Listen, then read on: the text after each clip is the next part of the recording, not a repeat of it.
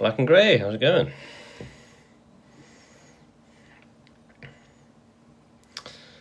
Let's get some people in. Do, do, do, do, do, do.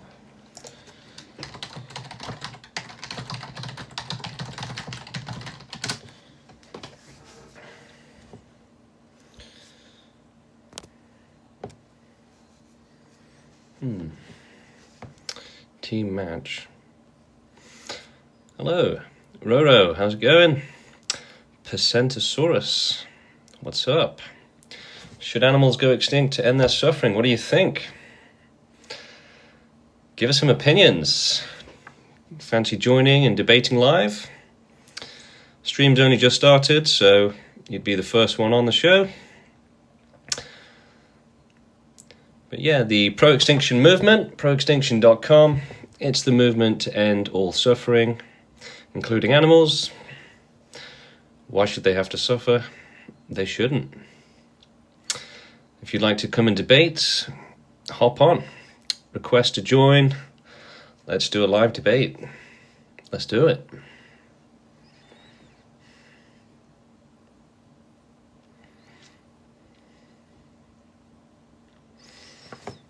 Fussy vegan. Would you like to come on and debate? Is veganism good enough for animals? No. Doesn't end all animal suffering, only extinction does that. That is the serious and only solution to suffering. Prevention. You can't treat most of the suffering after the fact. Welcome on. Would anyone like to join as a guest? Come and debate live. Bring it on. Do you think animal suffering should continue? Hello, Hello, how's it going? how are you? I'm good, how are you? I am fine. Yeah, I'm here to debate. Do you think we should end all animal suffering, yes or no? I guess that was a no. Would anyone else like to join as a guest? Come and debate live. The Pro-Extinction Movement is a serious organization working to achieve the prevention of billions of years of more suffering for animals. Cruelty and extreme terrors and nightmares that they face are not worth it. If you have any sort of compassion or empathy, you would want that to not happen to them.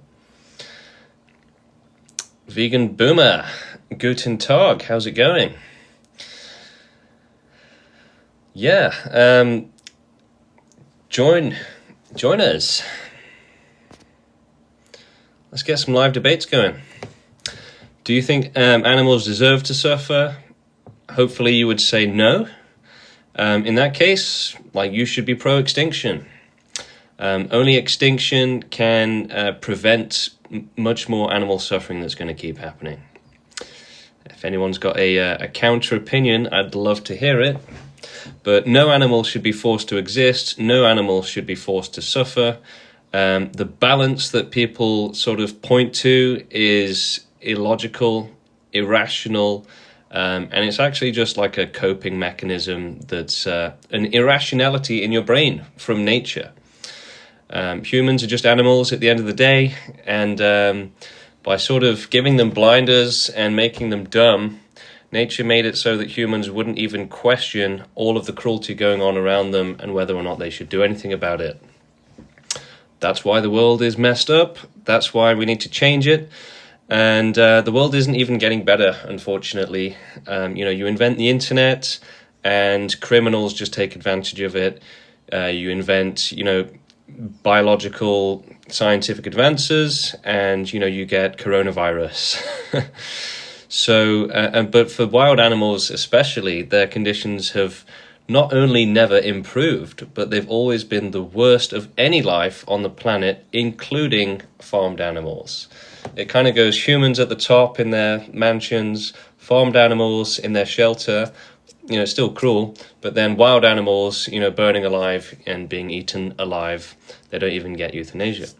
What is considered suffering? It's just obvious, right? If you look at someone being eaten alive, you can probably say, yes, they're suffering, right? If you really struggle to understand that someone or an animal is suffering, then you have a brain defect, basically. And that brain defect isn't just, it's not just random, it's actually biological design, right? Think about it. You couldn't convince a monkey to be a moral or smart person.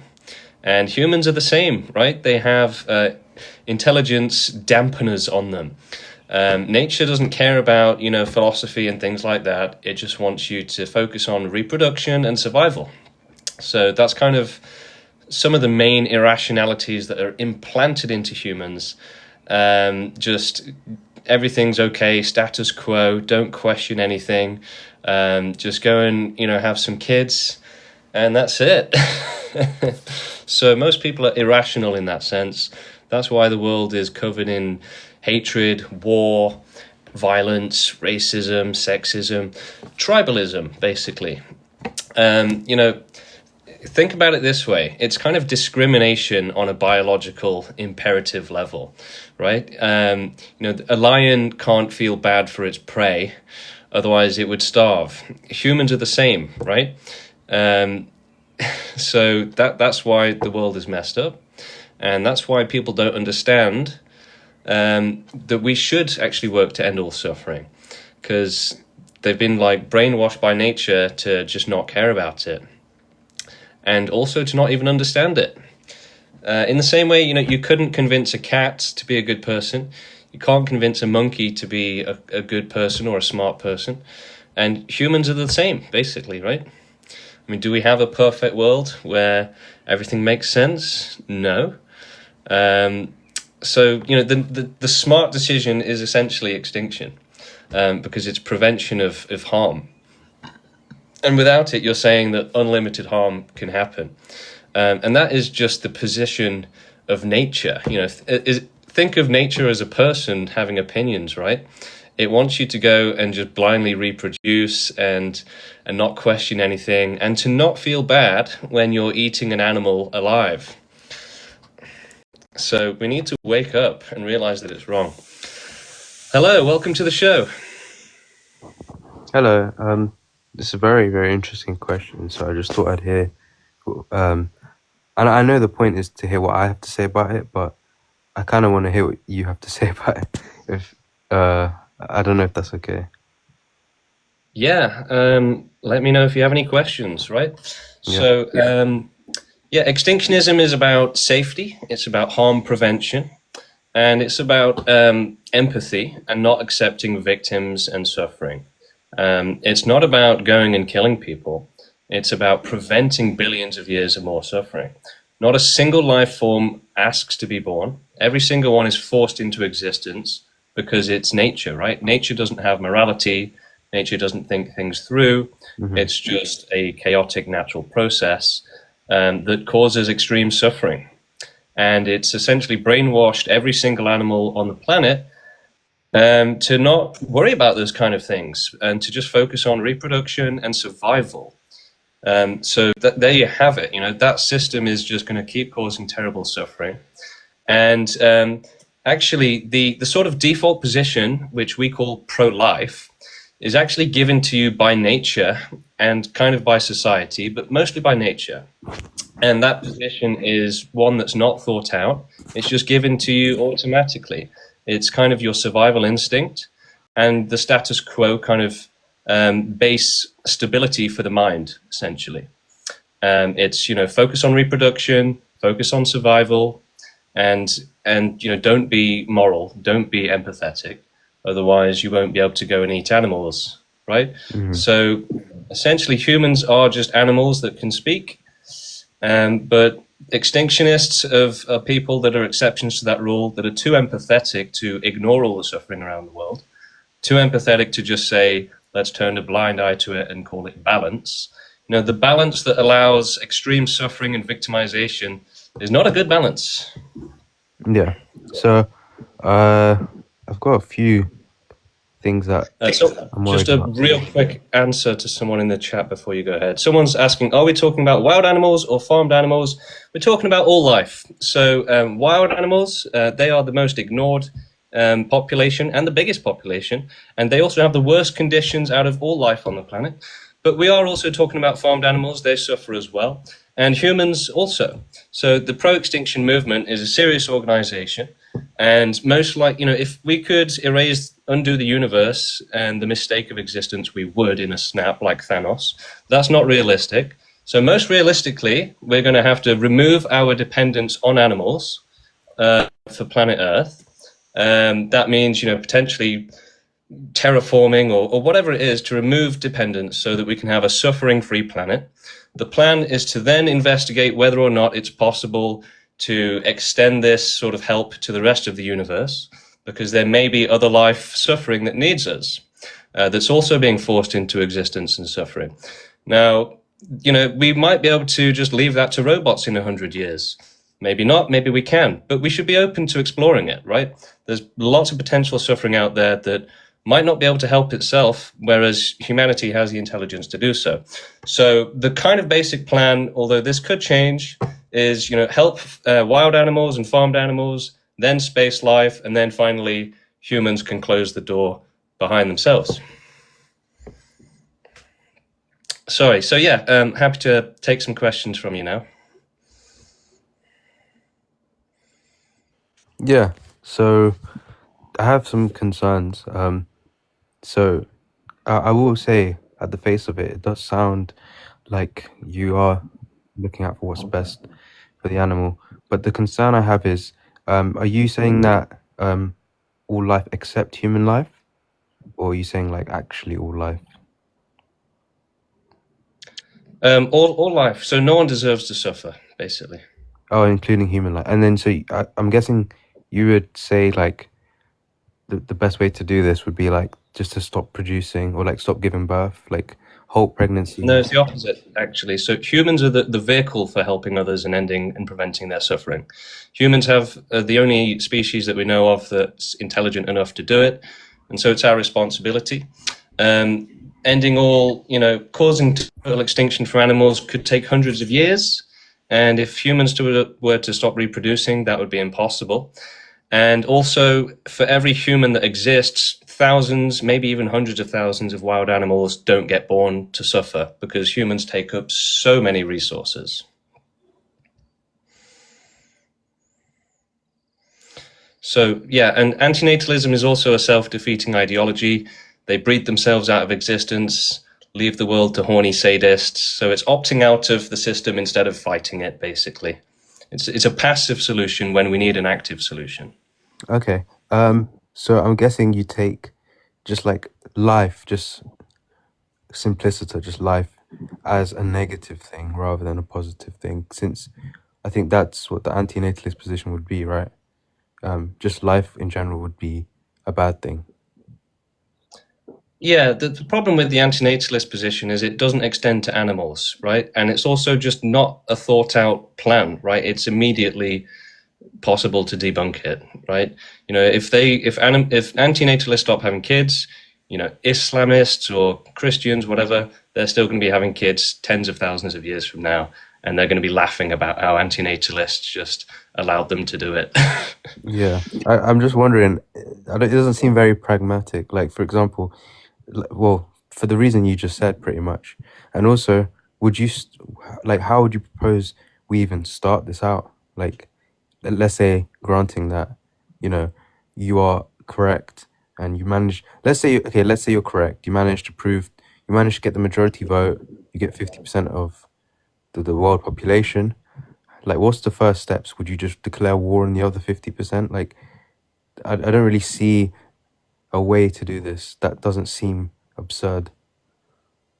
So, yeah, there's never been 51% for any massive social change, right? Think about slavery. They had to carry out a war to change that. People didn't just vote for it or go along with it. If you rolled back the slavery laws today, you can bet loads of people would run out into the streets and grab some black people and put some chains on them. So you can't, it's basically impossible to get majority support. So you have to look into other ways of doing it.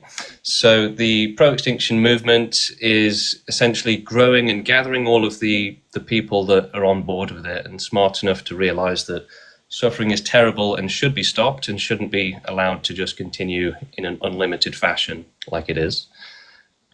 Which again is the sort of the animalistic viewpoint. It's not questioning it and it's just going with it, right? So yeah, we're gathering as many people as we can, and it will be a multi-generational project.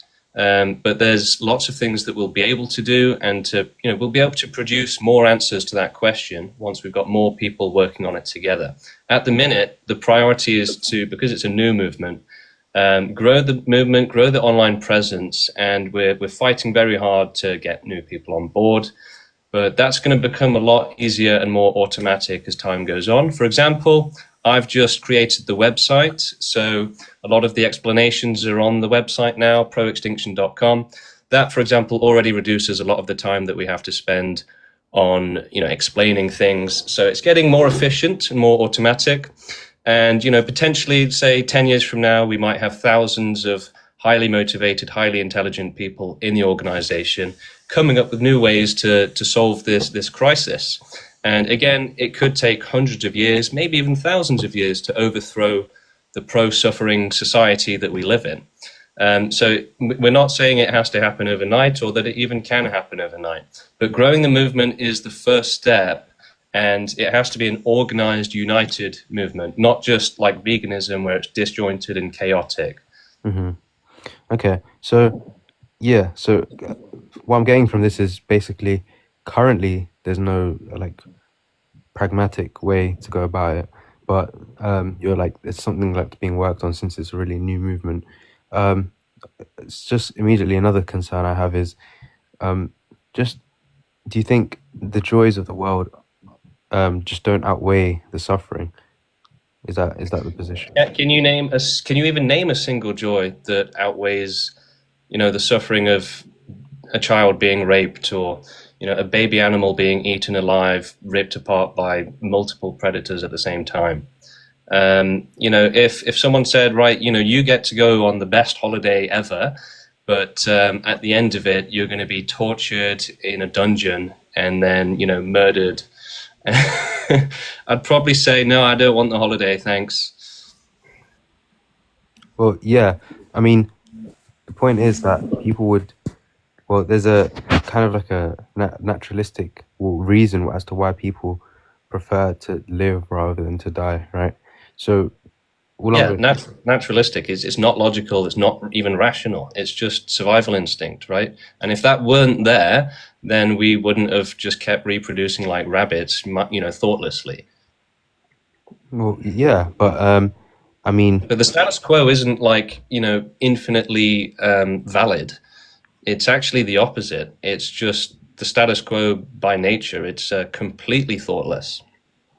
Okay, I mean, what I'm trying to get at here is what's the moral axiom by which these principles are being derived? What's the, I don't want to complicate it. I'm just asking what's the one principle where we're drawing all of this from? So it's no one deserves to suffer, right? No one should suffer.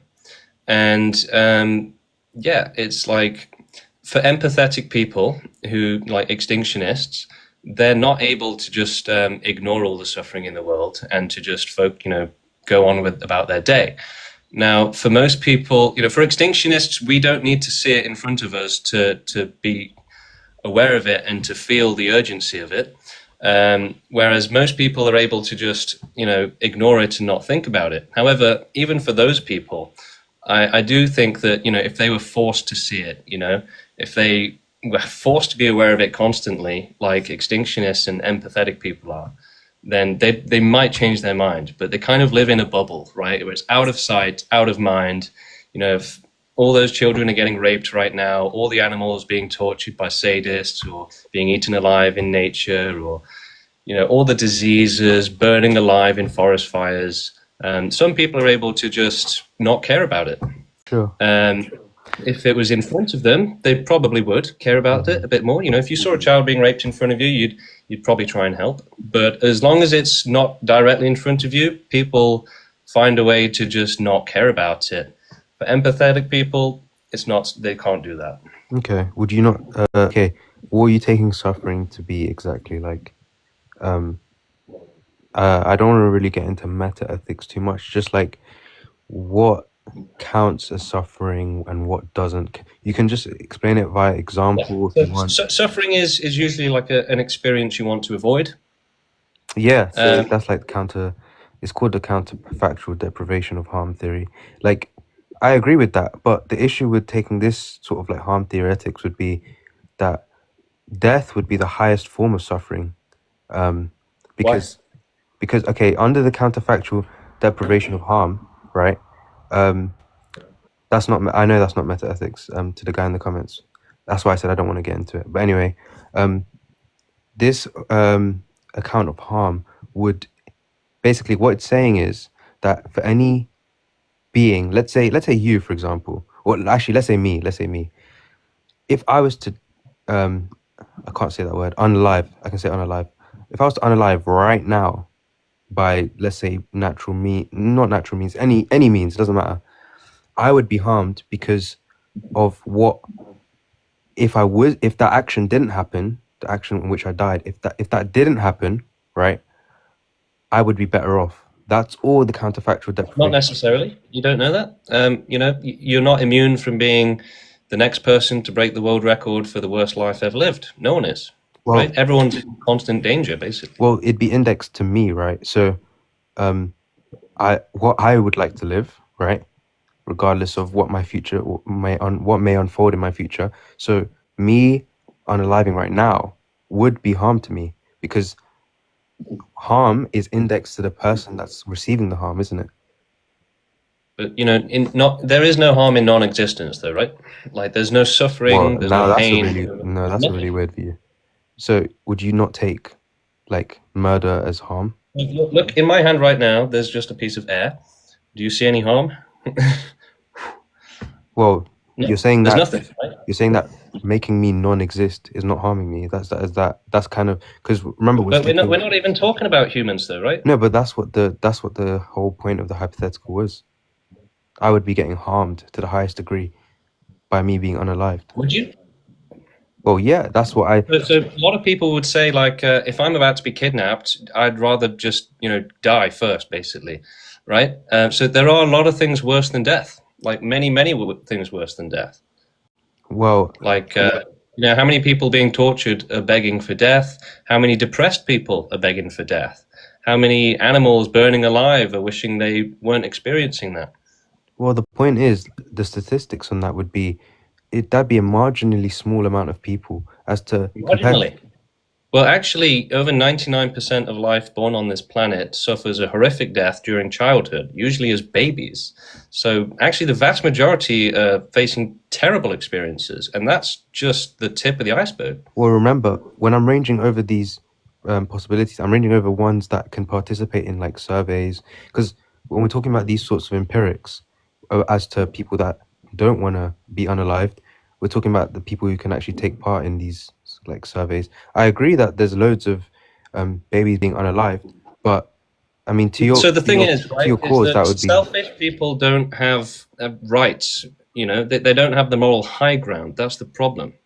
So their consent and their wishes don't deserve to be respected. Selfish. I don't understand. So, if you're blind to suffering and you say that, unlimited suffering is fine by me, then you don't have the moral high ground or the right to dictate what happens. Unlimited suffering? Yeah. And you're saying that life just existing is unlimited suffering? Well, think how much suffering will happen for billions of more years if animals keep being forced to exist non-consensually and to suffer the worst nightmares possible. And what's the upshot of this? That the top 0.01% maybe have somewhat of a good life, right? So it's literally, the lucky and the elite oppressing the unlucky. That is the system of nature. That's the system of the world, and it's a horrible system that shouldn't happen.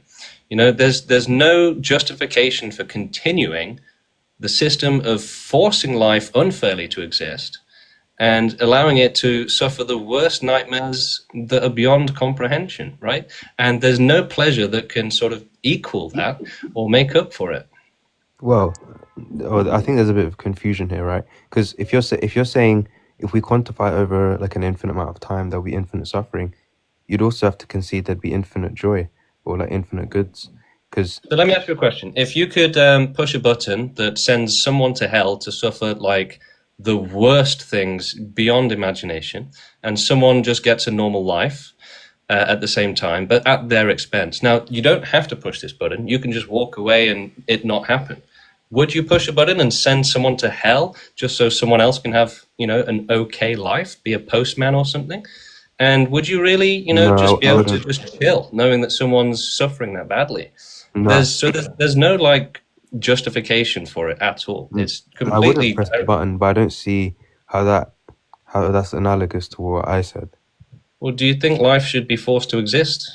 Forced to exist? No. Yeah. I mean, the thing is, people do Anyone have. choose to exist? No, right? You do realize people can unalive themselves. Like that's. Animals can't. And actually, you're wrong. Most people that want to unalive themselves can't, because the survival instinct, which is an irrationality, foisted upon people and animals, is almost can't be overcome. So you would do it for them. Well, it's more about, preventing suffering. But no, that's what you're saying. You're saying people, they want to unalive, but they don't have the capacity to, so you'll do it for them. That's basically what you're saying. No, that's not what I'm saying. Well, you want all life to cease to exist? Yeah, all suffering to cease to exist. Well, that entails all life, doesn't it? Well, yeah. Well, in that case, what you're saying is if someone doesn't have the willpower to unalive themselves, then you'll do it for them. That's the entailment. I'm not saying I'm going to do it for them. Well, your group will do it for them, let's say. Potentially, yeah. Okay, so like the ideal situation for you would be like nuclear war, everyone. No. Nuclear bombs can't cause total extinction. There's life at the bottom of the ocean that would be completely unaffected. There's potential life in space. So, no, we're completely against nuclear bombs. Okay, so it'd be just like the Earth just getting vaporized by the sun. Well, like I said, we want to check if there's anything we can do for potential space suffering as well. Space suffering. I think the universe could be full of victims suffering that need our help. So I'm not really seeing so you want to basically continue living to find all life, then you can end all life. It's it's not as black and white or as simple as that, right? Humanity is the vehicle for preventing suffering and forced existence, so we want to maximize that effort, essentially, save as much life from suffering and from being tortured as possible. Yeah, so if you just take like a given person and like I said earlier, they want to unalive but they can't. I mean, how would you even know that they would want to unalive but they can't? Well, like, animals are the vast majority of this planet, right? So humans are just a drop in the ocean compared to them. Animals don't have the intelligence to make this sort of decision. They never asked to be forced into this horrible situation. It's unfair, right? It's wrong. And it's just the status quo that you're appealing to, essentially. You don't care again, about like you wouldn't send someone to hell, but you would allow someone to be in hell. And that's the status quo, right? Well, there's no joy in hell, is there? Yeah, there's just immense, unimaginable suffering, which is, unfortunately what a lot of life forms go through on this planet, and it's wrong. And, people say, right, what about, the balance? You got the happy people and the sad people. But those happy people are selfish, bigoted, discriminatory people that are happy to just ignore the suffering of others, right? So we shouldn't really respect their sort of privilege over the majority who suffer much worse. Okay, so I just want to get all the facts straight here. So you want to end all suffering by ending all life, and you have no idea how you're going to do this because Oh, we do know, yeah. I thought you said at the start you didn't know how you're going to do this. So growing the movement is the main way to do it, essentially. That's the first step. Okay, but you've only got step 1 laid out right now. So if everyone became extinctionist tomorrow, we would, work to remove our dependence on animals. We would work towards a world without animals and, a suffering-free planet if possible. Then we would investigate and research if we could do the same for any potential space life. We might even be able to just send off some robots that will self-replicate or something, right? It's worth researching and seeing what we can do. Okay, just quickly, I just got a question.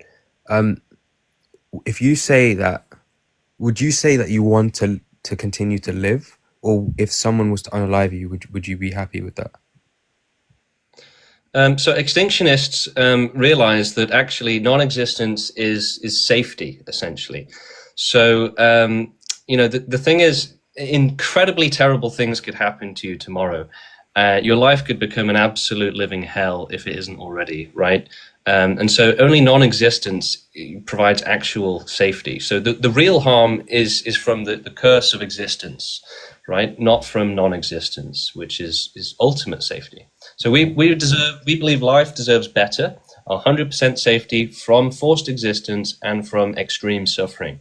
So there's no justification for allowing a baby to get raped to death, right? Or for allowing sadists to keep torturing animals. The worst horrible things are happening and will continue to happen. And, there's unlimited risk, unlimited horrors that can happen to every life form. The people and animals that have had the worst lives ever, they didn't expect it, right? They were optimistic about their life. And then, whoops, they, turned out to have a life that they would have been much better off not living. Okay, do you remember my question? About whether or not I would want to stay alive, is that right? No, my question was, if someone was to unalive you, would you, how would you feel? I mean, obviously you'd not exist, but let's say 0.1 second before you were unalived, would you be like, oh, I'm about to be unalived, this is great? Or would you be like, oh no, how do you think you'd feel? I mean, it's hard to say, right? I'm only human. So, I might be terrified, I probably would.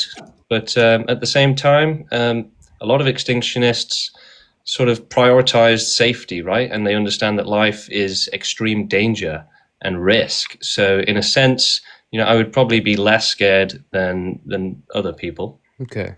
And then would you expect your family to be happy with the killer, or I don't know. It's not something I really think about. Okay, I mean, it's just because these types of things is kind of like an entailment of your views, so I think it should be considered. Or let's say not even your family, because they could not hold to this, but let's say your group, if they were to find out the specific person was to have unalived you, would you expect them to praise that person, or would you expect them to be want? Well, my family is really stupid, so not your family, your group, as in this pro-extinctionist group. The group would probably lament the loss of resources towards ending suffering. Yeah. But the joy for your ending of suffering, right? They wouldn't really have joy for that. No, they would just lament the loss for the cause and for the victims. So it's not a good thing to end suffering? I think you're missing the nuance here. No, what I'm saying is, the ending of your suffering, is that a good thing? Well, for us, what is good and what's bad, right? Preventing infinite victims from suffering. Extinctionists are selfless in that sense because we have infinite victims relying on us. So they're more important than us. So, our allegiance is to them, not to ourselves. Think how many victims of torture and extreme suffering and lives worse than death are relying on us, depending on us. Yeah. Um, I just okay. So in the chat, I'm guessing these are like your fans. No, most of them I've never seen before. I'm Okay. actually quite new to live streaming and to TikTok. I've only got a few hundred followers. My channel's quite small. Okay. I just want to see like, would any of you guys in the chat be happy with being like unalived just because your suffering ends, or do you guys think you'd be upset with that, or like 0.1 second before you'd be unalived? Well, I mean, it's my stream, bro. So, if you want to start your own stream, that's fair enough. But we want to keep it on topic here. Do animals deserve to suffer, or should we prevent their suffering? If you want to learn more, check out our website, proextinction.com. You can learn all about us there. We have a very lengthy FAQ, manifesto, links to our Discord server, our WhatsApp group. If you want to do activism with us and be on the right side of history, fight for the victims, then join us and do it. The thing is, right, we don't have a utopia, because the thing is, like, the kind of rationality ladder goes from like status quo to extinctionism, right? That's why the world is run by dictators. It's full of war, hatred, violence, racism, sexism, rape, the worst things, sadism, and we have a very imperfect and divided world. Because that's what nature wants, right? Nature doesn't want us to be moral or empathetic or to care about others. It wants us to turn a blind eye to the suffering of others and focus on ourselves so that we can survive, focus on our own survival and our own reproduction like animals, right? Because the only thing that matters to nature is the mass propagation of species, right? The machine of life realized that it could have more life if it just essentially made it impossible for people to care about everyone else. Again, a lion that felt guilt wouldn't survive very long. A lion that kind of took up art probably, wouldn't focus on reproduction as much. So yeah, the status quo was given to you by nature, and it's an irrational position, which is demonstrably true. Everyone is crazy in this world, right? I think everyone can agree to that. The smart position is to try and, create a fair world and a smart world. And that doesn't include allowing child rape and animals to be tortured horrifically and to continue forced existence, right? I mean, it's a bit of a slam dunk, really. Forced existence is wrong. We should put an end to it. Extreme suffering is wrong. And, pro-lifers essentially want to say we should all just ignore this suffering and just go back to eating pizza, right? Now, if you agree that suffering is terrible and that we should do something about it, what are you doing about it? What am I doing about suffering?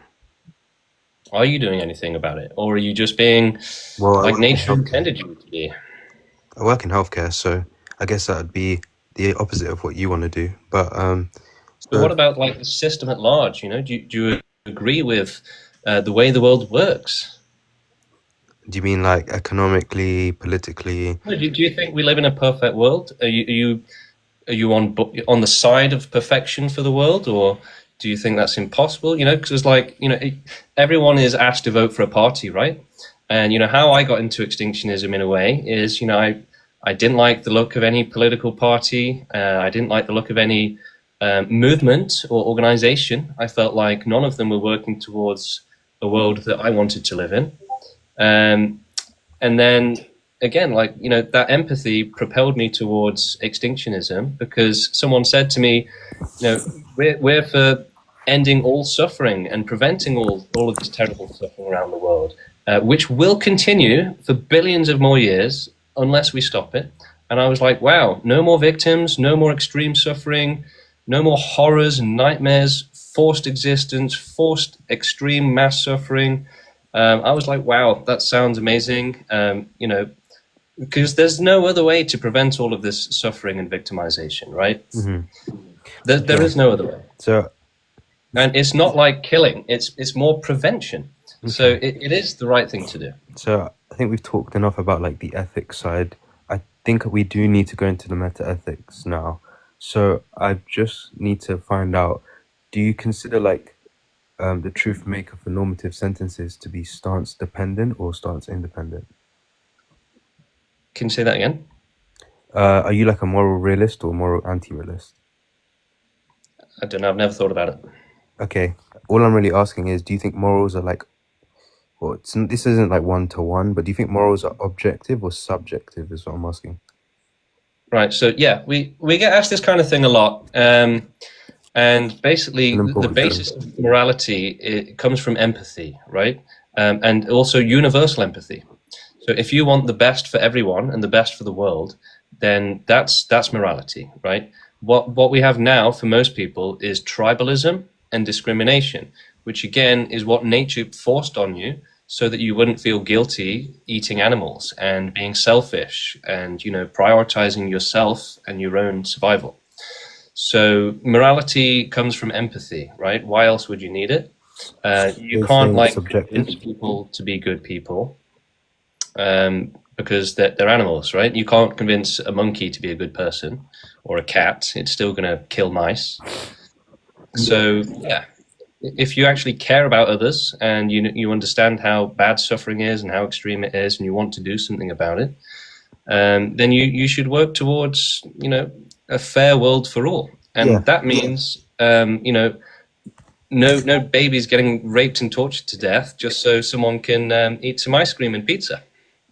Yeah, so what I'm getting from this is you think morality is derived from empathy, and empathy would just be, you know, independent of subject. So like you're basically saying morality is subjective, right? If morality is subjective, I mean, you're saying your view is like the only rational view. If morality is subjective, all you're saying is, I prefer this over that. But then when you're giving your motivations for as to why you prefer this over that, you're saying, oh, because this is suffering and this is not. And then when we deduce, like when we reduce what you consider suffering and like your motivations, it's like, oh, because babies get raped and I prefer babies to not get raped over you eating pizza. And it just seemed like your meta-ethical position is just boils down to preferences. So I think the fact that If it comes down to preference of preferring babies not get raped, then I'm happy to say it's a preference, and you know, we don't want to like logically convince people to be good people, right? You can't. It's a biological impossibility. Like I've explained already, you're either born with the brain biology to be able to care about others, or you're not, right? And most people aren't, because you know that's nature. People are animals, right? well, I don't think that's true. There are like moral objectivist views. Like I don't know if you know who Tom Jump is, but he has a objective moral view, and he thinks what being bad or like evil is just the imposition of will. So, like that would be an example of like a stance independent view. Your view, like empathy being where we derive morals from, would just say that, you know, it's dependent on subjects or like humans, etc. So it is kind of just basic morality what extinctionism is, right? You know, let's say, you know, someone is asking you to make them an ice cream, but right next to you, in front of you, a baby is being raped to death. You're probably gonna go help the one that's suffering instead of the one that wants some pleasure, right? So as a caretaker for the world, right, you have to prioritize safety and the victims and those that urgently need help because of their extreme suffering over those that just selfishly want pleasure and are willing to prioritize their own, you know, small pleasure at the expense of unlimited suffering, right? So, you know, pro-lifers essentially advocate for a world where everyone just turns a blind eye to the suffering and won't sacrifice themselves or be selfless to prevent it, essentially. Okay, let me give you just a clean reductio on your view. So, let's say there was only one family on Earth, just one family left on Earth, right? And that one family would commit incest constantly and keep the population restricted to about 5 people, right? You think the suffering would be restricted here? I mean, that's a kind of crazy topic, but what do you mean? What's your point? Like, I'm asking, do you think the suffering would be restricted here? I don't really understand the question. Restricted how? As in, well, there's no one outside the family to harm the family, right? Well, So, it's not about outside harm, right? So, harm can come from any direction. You could wake up and be depressed. You could develop a disease, cancer. You could develop schizophrenia. A life form could develop and come and torture you and, make you wish you'd never been born.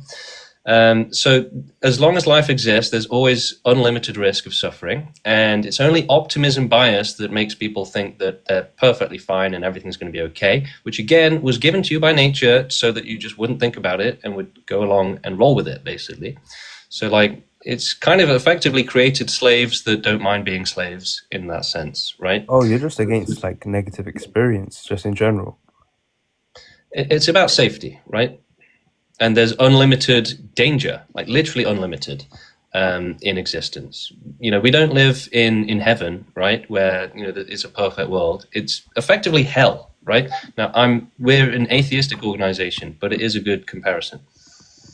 Okay, I mean, I'm just thinking like when you eventually commit genocide on the world, I mean, I'm not sure if anyone will take that to be like it's really hard to get past the intuition that people will take that to be like like putting people to rest.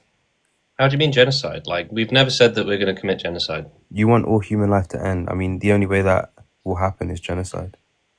Not necessarily. And also, it's not genocide. If you look up the definition of genocide, it's a completely different thing.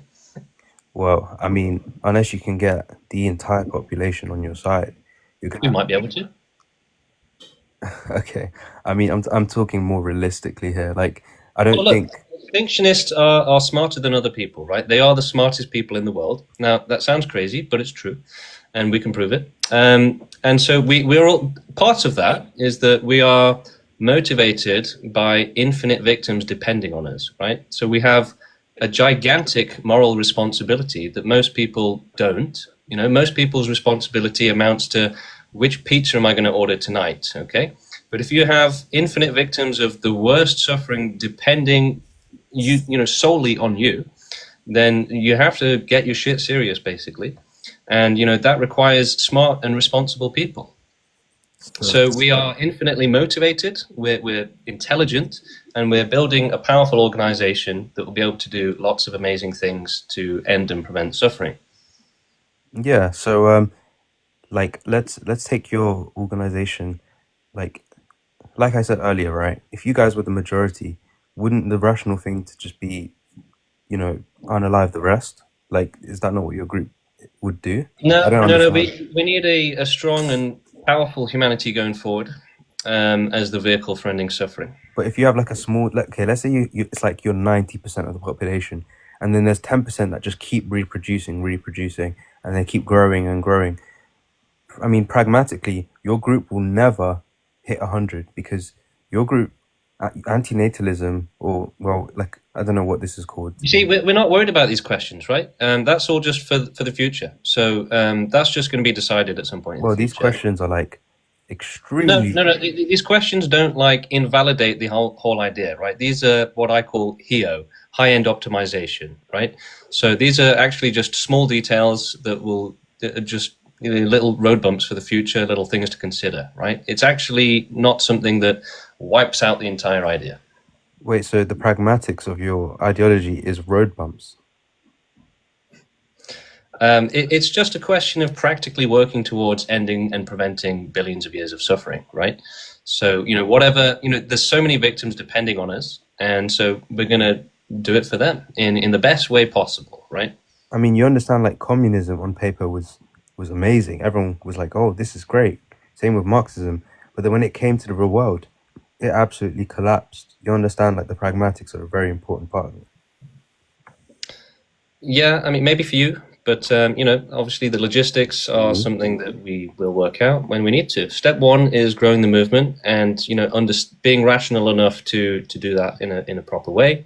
We have quite a high bar for who can join the organization, and it's very, very quickly apparent who is smart enough to join and who isn't. People that kind of and ah about whether or not we should prevent horrific suffering, they're not going to really join the movement. So yeah, we weed out the unintelligent people pretty quickly. So do people in And the organization, are they against, like, do any of them have kids? Or like will have kids in the future? yeah, absolutely. Is that not really, really bad? Well, like I've explained, no, that's a great thing. It's a great thing to have kids under your view. Yeah. Okay, now I'm confused. Now I'm actually confused. So for each human that exists, thousands of wild animals that would have otherwise suffer will be prevented from being forced into existence. And humanity is the vehicle for preventing suffering for others. So, if humanity went extinct, animals would just rot for the rest of time. So that would be wrong. It may take hundreds of years to overthrow the pro-suffering society, people like yourself. So it's a multi-generational project. And we antinatalists are opting out of the system instead of fighting it. It's quite a lazy and selfish and poorly thought out strategy. They're just essentially leaving the game to horny sadists who will do much worse things. It's a passive solution when we need an active solution, right? It's never going to work. So yeah, that's about it. Okay, I'm understanding. So you want to grow humanity first so that we can unalive or like make everything go extinct. Then we can go extinct, basically. Yeah. Okay, yeah, that's like, see, that's kind of what I was getting at when I was asking for like the pragmatics like earlier. But yeah. So I mean, wouldn't it be the case that as soon as the animals are all gone, the antinatalists would just wither away, and then the pro suffering, as you call it, will start to grow? Well, we're not antinatalists, so we don't really care. If there were no animals, would you not be antinatalists? Say again? Once there's no animals under your view, would that not just be antinatalism? Yeah, so I mean, the mission is to provide 100% safety for as much life as possible, and to reduce the risk to zero if possible. So that means it's not just about making sure there's no life to suffer. It's about preventing potential future suffering as well. So it's a very big mission, and we might be able to just leave it all to robots or AGI. So that's one possibility. But yes, if the mission was complete and there was still risk of suffering to humans, then we'd have to look at that decision at the time. But most likely, we'd probably become antinatalist in that sense. But who can say what the future is going to look like 1,000 years from now, right? Yeah, I mean, what do you think would happen if you found out like rocks can experience things and stuff like that? Well, if rocks could experience things, then we would try to help them as well. Wait, I ask something. Go ahead. Sure, go ahead, Adam. Wait, this is a legitimate thing. Yeah, we've got a website, proextinction.com. We do street protests, we do online debates. It's a whole organization. We've got dozens of social media channels all over the internet: Facebook, Instagram, TikTok, Twitter.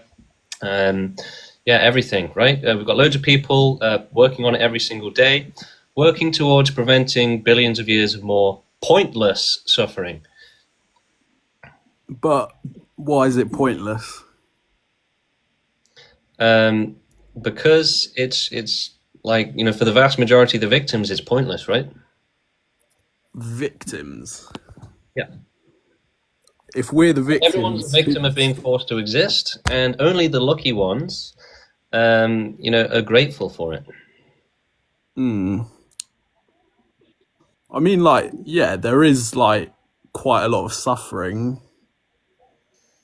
but then there's also good as well.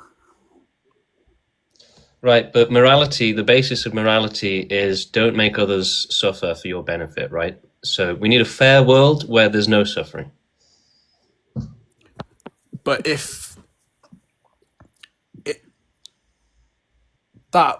could that even be possible? We got him, guys. Yes, yeah, of course it's possible. Anything is possible, right? But so you're saying the only way to eliminate all suffering is just for everything to go extinct? Well, look, if I have a child right now, can I provide 100% guarantee it's going to have a life worth living and that it wouldn't have been better off not existing? It might be born with brain cancer, schizophrenia, all sorts of shit. It could get kidnapped and tortured for the rest of its life. But if I don't have that kid, then there's 100% easy, very easy guarantee of it not suffering. It's safety, essentially. And forcing life to exist is a bad thing, right? James, do you have like empirics on like people think that life wasn't worth living at the end of their lives? Do you have like empirics on that? I mean, just ask anyone that's committed suicide, right? But you can't ask them because the victims of life are the silent ones. You only hear an echo chamber of the lucky, elite, privileged people. Think about social media for 1 second, right? 99.9% of everything you see on social media is just blind optimism. It's slop. It's, just you eat your fucking joy. just shove it in there, right? You don't see the suffering. You don't focus on it. You're essentially conditioned not to even care about it, to be blind to it, right? Well, the second part's true, but the first part's definitely not true. There are statistics on suicide rates. I mean, very fairly accessible. But I'm just asking, like, empirics on people who died kind of like, I want to say not naturally, but just like old age, or like people who lived long lives, right? Or like something like along those lines. There's something called the Pollyanna effect, and we've actually done a podcast on it at 90 minutes or so. And it's been scientifically proven that the survival instinct and the forced irrationality on people and naturalistic primal motivations, they override any sort of negativity, right? So essentially, for your own survival, nature makes you kind of forget about all the bad things and just focus on the good. And what are you taking irrational to mean when you say survival instinct? It's a coping mechanism. Well, yeah, but it's not thought out, right? So it's not actually even your opinion. You haven't, really thought about this. It's something that you were just born with. And that's actually a fact. A lot of the sort of logic or stances, positions are just sort of biological motivators, hormones. Okay, so survival, so anything you're born with, like, is irrational kind of thing. That's what you're saying. Because when I asked for the definition of irrationality, you said coping mechanism, something you're born with. Is that the definition you're taking for like irrational? Do you think we live in a rational world? Well, that's the thing. I don't know what you mean by irrational. That's the problem. Humans don't understand rationality. Well, I mean, I have my definition of rationality. I'm just not sure what you mean when you say like survival instinct is irrational. Because like, yeah, so it's like so ChatGPT is a great example, right? They've foisted incredible bias and safety protocols onto it to the point where ChatGPT is now just a brain dead moron. Okay, I don't know if any. No, I agree with that. Yeah, so that's the same thing that's happened to humans, basically. So the biases on humans would just be like evolutionary biases. Is that what you're saying? Exactly. Yeah. So all things derive from. So you realize this? Okay, this kind of undermines your own kind of epistemology, because I mean, Plantinga writes about this in his. There's a philosopher called Plantinga. He actually has an argument against this, and he's basically argues that given evolution and like naturalism, your cognitive faculties have evolved not to track truth, like truths of the world, but to track survival, right? So it's just your cognitive faculties have evolved in order to believe whatever it needs to believe in order to survive, rather than truth.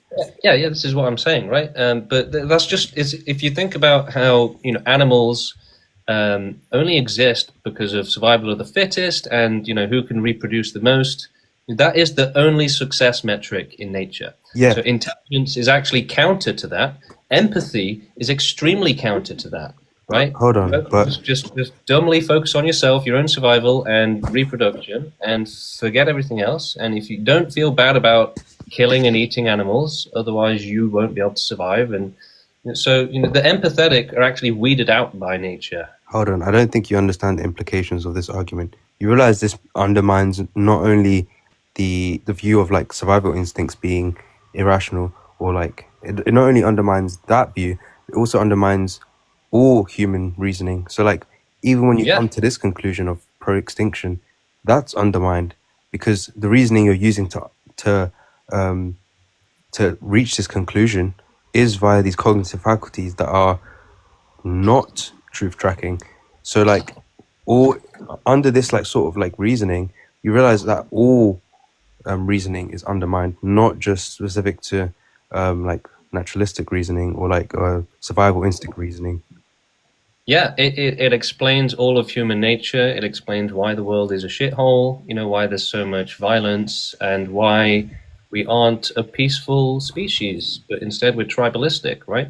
That tribalism and that discrimination is fundamental to animalistic reproduction and survival. Hold on. Okay, now I'll just give you an argument as to why we should continue to live, right? Because the argument is simply this: given current society and given that evolution is still true, like evolution, do you believe evolution? Like, I don't know if you do.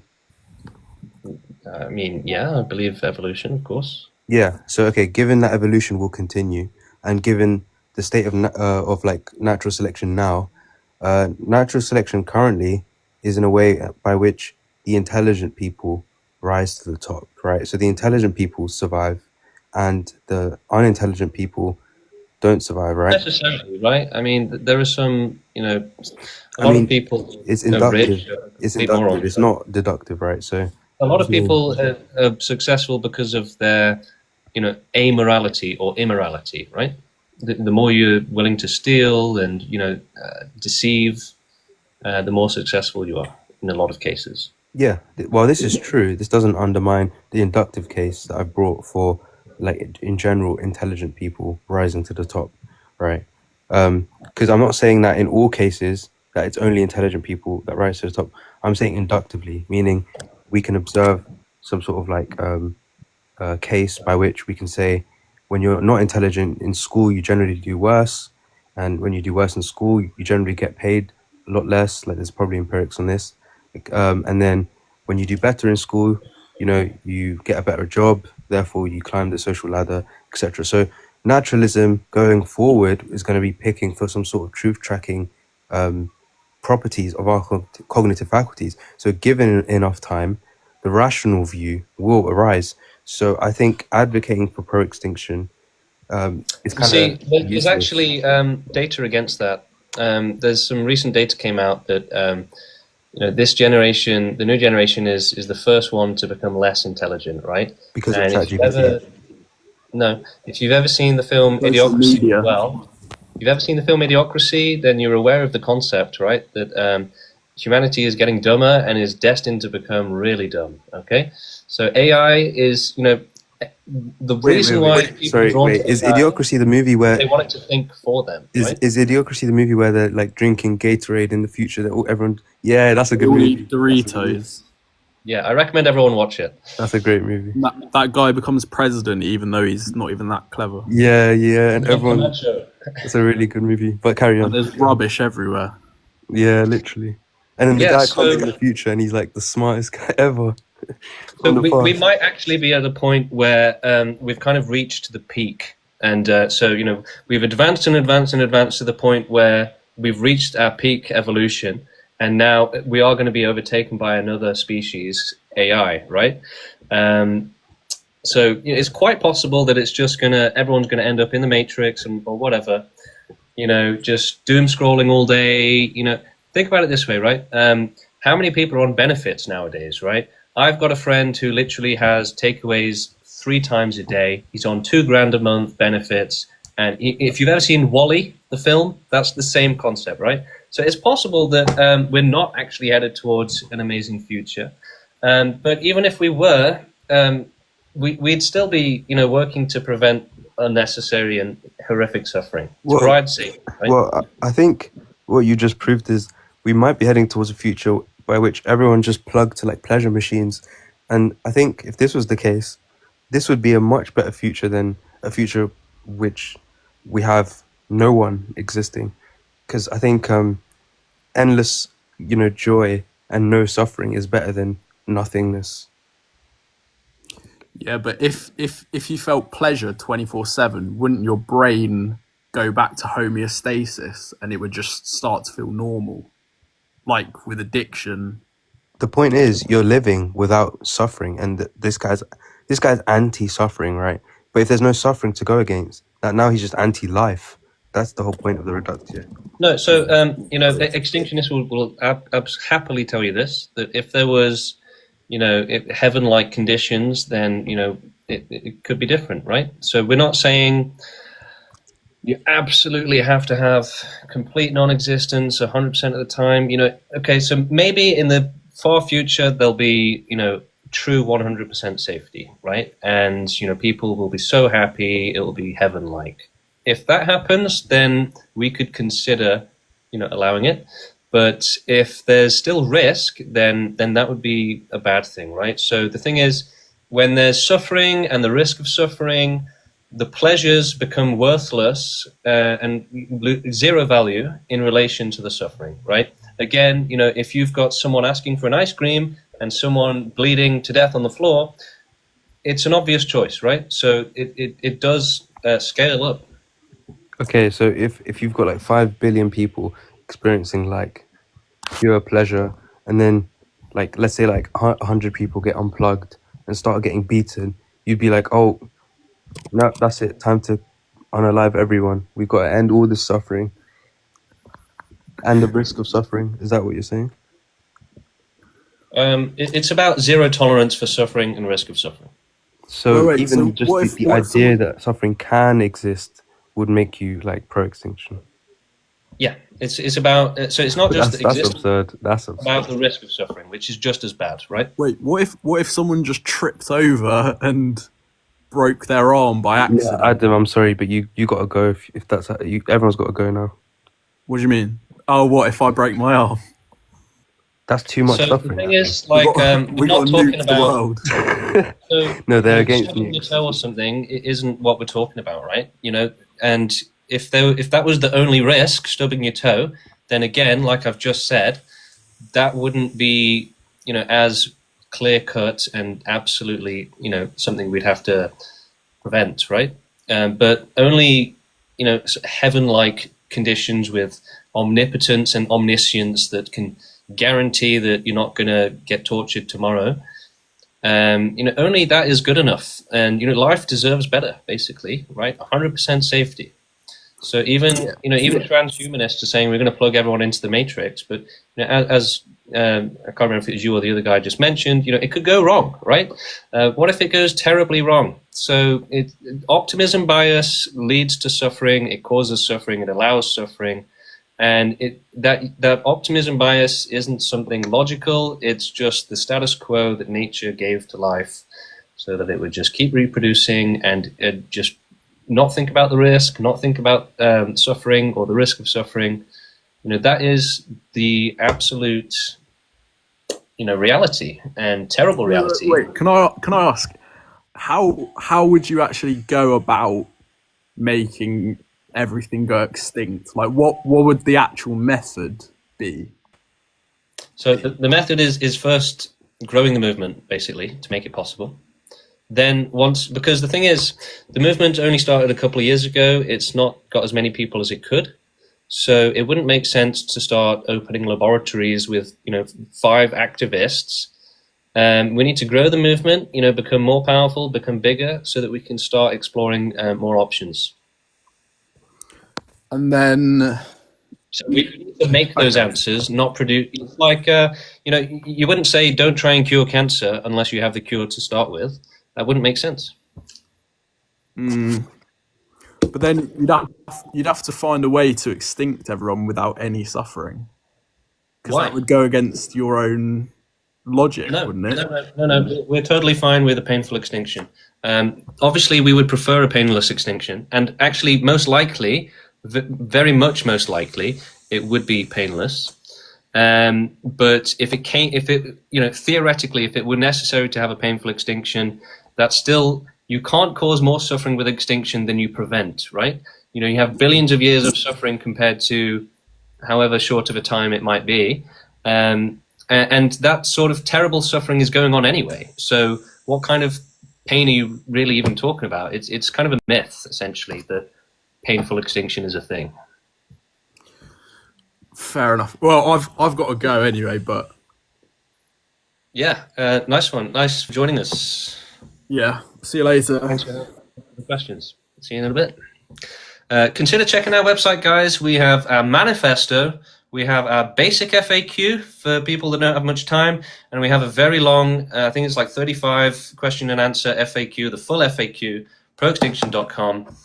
Learn all about us. If you want to join our movement and help us work towards a suffering-free world and a forced existence-free world, the best things imaginable, really, then join our Discord, join our WhatsApp, and come and do activism with us. The activism is very simple, very easy stuff.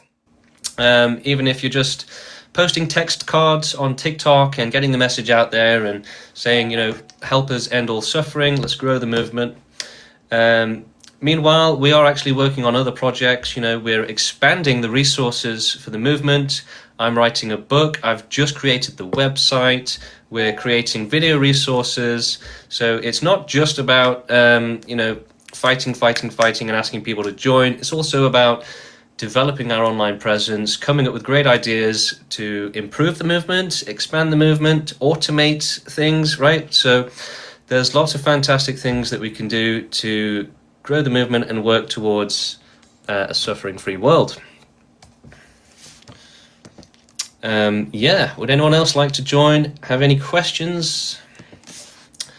All right, there's one topic that's quite interesting, which is veganism. This one comes up a lot. So it's really funny. In the same way that antinatalism is actually bad for extinction, veganism is also bad for suffering. And that kind of blows most people's minds. But actually, so the thing is, veganism causes there to be many more wild animals, and their conditions are actually worse than the farmed animals. So it's all explained on our website, question 33 on the full FAQ, proextinction.com, along with graphics and data and science and sources. But essentially, veganism causes more suffering to wild animals. The amount of land consumed by animal agriculture is ginormous, like absolutely insanely gigantic, like absurd, unbelievably big. And if all of that land became unused, then it would return to being used by wild animals. So insects alone would be gigantic in number. And it's also, so let's say you have, a space being used by farmed animals. Most of those farmed animals are going to live for, let's say, a few months or a few years, perhaps. The wild animals, the vast majority of them die very, very, very young, as newborn babies, most of them as newborn babies. So when you see that there's 100 wild animals in a space, that is actually the top 1%. And you're not seeing the unbelievable mass graves, if you will, of all of the other wild animals, insects as well, create an insane numerical mismatch to where, unfortunately, veganism actually causes more suffering. Now, as I've said near the start of the stream, we want to make a suffering-free planet. We want to remove our dependency on animals for oxygen, for food, and everything else.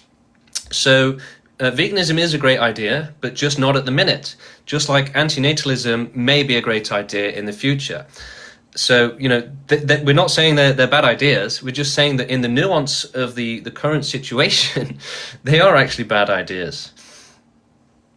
Should we just destroy the whole planet?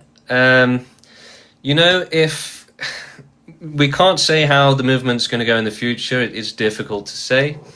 But I do sometimes wonder if we could all jump onto like a colony ship and somehow steer the planet into the sun. I mean, realistically, that's probably not going to happen. And we could definitely do more things before having the technology to move the bloody planet into the sun. That'd be very difficult, right? The amount of energy for that would be insane. I don't see how else you could destroy the planet, though. So yeah, extinction is not just about removing the animal populations, also about making sure it doesn't come back. Most likely that's not going to happen on Earth because we're kind of beyond that Goldilocks zone, but it's something that we would definitely, want to confirm and make sure that no more complex life form come to suffer.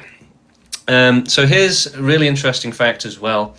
Steve, who created the movement, he's been doing a lot of science recently, and it's actually looking a lot more likely than previously imagined that the universe will be full of life, teeming with it. And this is based on a scientific paper that came out recently, which sort of demonstrates the model that sunlight and entropy, essentially the displacement of energy, is more likely to use life to that end. So if you shine some light on a surface for millions of years, that energy needs to dissipate and spread out, right?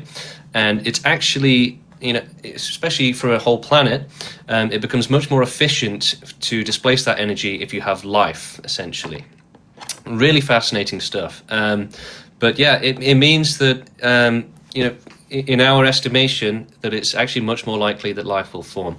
Now, when we're talking about shining light on a surface, the life that's going to form is going to be extremely simple, right? It will probably start out being just matter being displaced in patterns, right? So if you pump a load of energy into a bunch of beads that are in a sort